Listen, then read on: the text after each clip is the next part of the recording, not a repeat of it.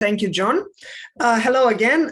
This is a short presentation on how you can use the hub in order to have the different facilities of interaction with assets. Next slide, please.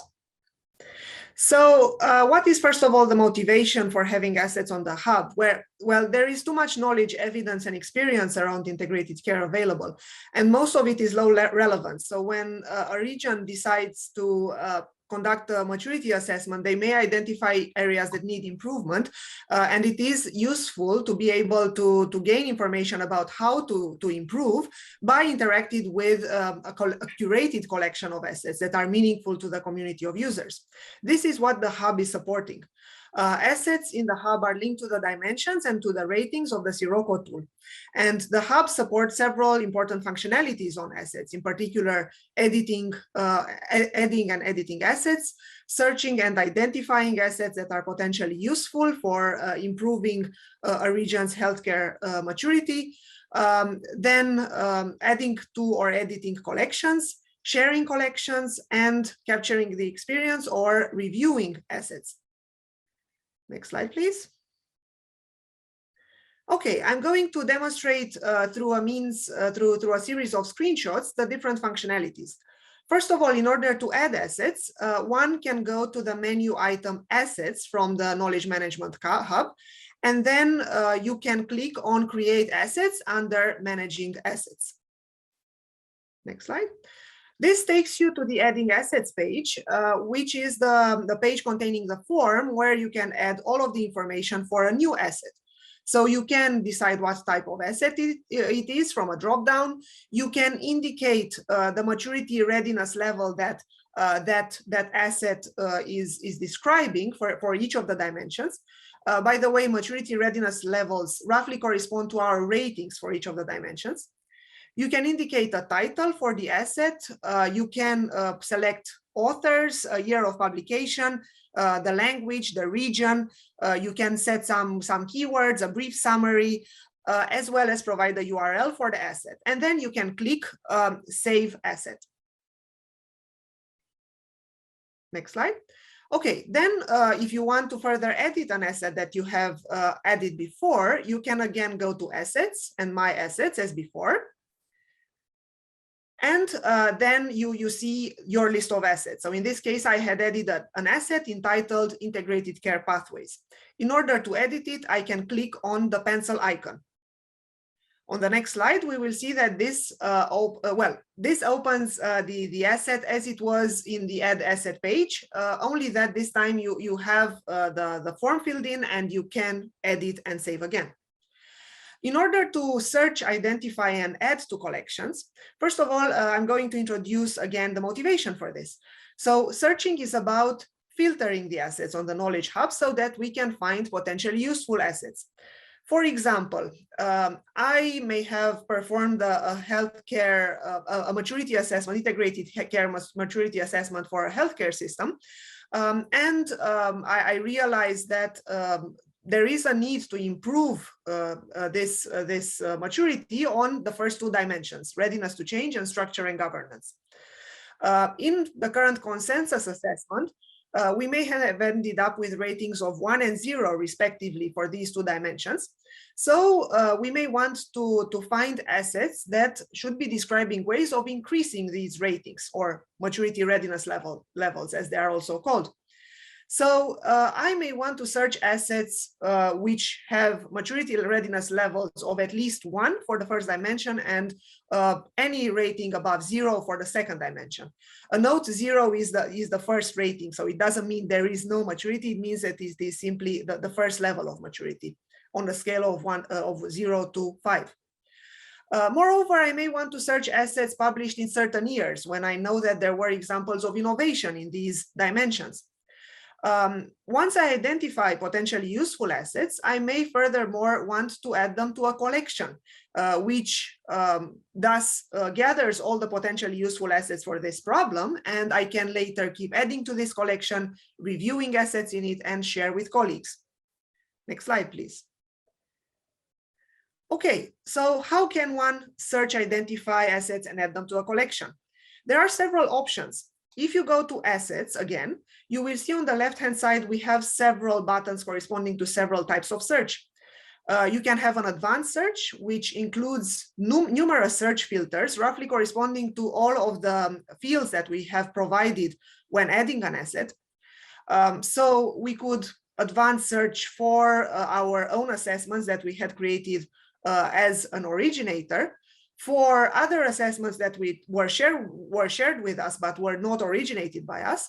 Or we could decide to search assets in general and not associated to an assessment. And this is the advanced general search button. Secondly, we may want to do a quicker search and not with all the filters, but just the most important filters. And this is a quicker way of doing a search because it has all in one the previous ways of searching, but with fewer filters. Next slide, please. I'm going to start with a quick search because it is the recommended one. It is the easiest way to search. And in most cases, it will fit your needs because you may not need to search according to numerous filters. So you can see we have 3 areas on this page.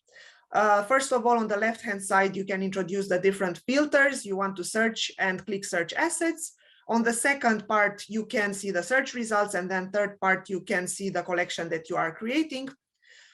From the first part, you may want to open the drop down to select an assessment that was either yours or shared with you that you want to base your search on. And this will open that assessment in the spider diagram. You could interact with the spider diagram in order to indicate the minimum MRL or rating levels that the assets should be describing. You can click on more filters to add more filters. And here we have filters for the title, author, year, and language that the assets should be about. And then you can click search assets. On the next slide, we can see the search results coming up. So in this case, we ended up with 16 search results. We can use the scroll to read about the search results. We can click read more to read everything about each asset and get the link that we can open the asset from and go to the asset itself. We can then decide that some assets are potentially useful. So in this case, we can select them by clicking the checkboxes next to the assets and click add to collection. Here I selected 2 and I click add to collection.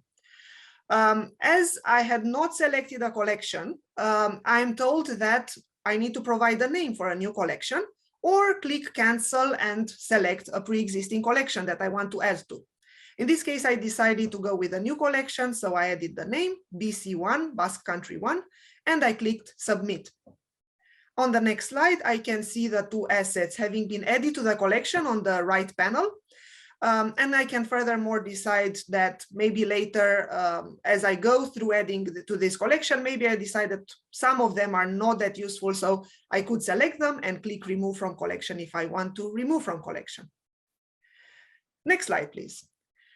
For the advanced search, I'm going to just provide an overview because the 3 options look very similar.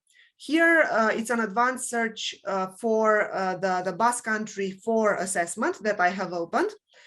So this has opened the spider diagram for the maturity of that for the maturity assessment.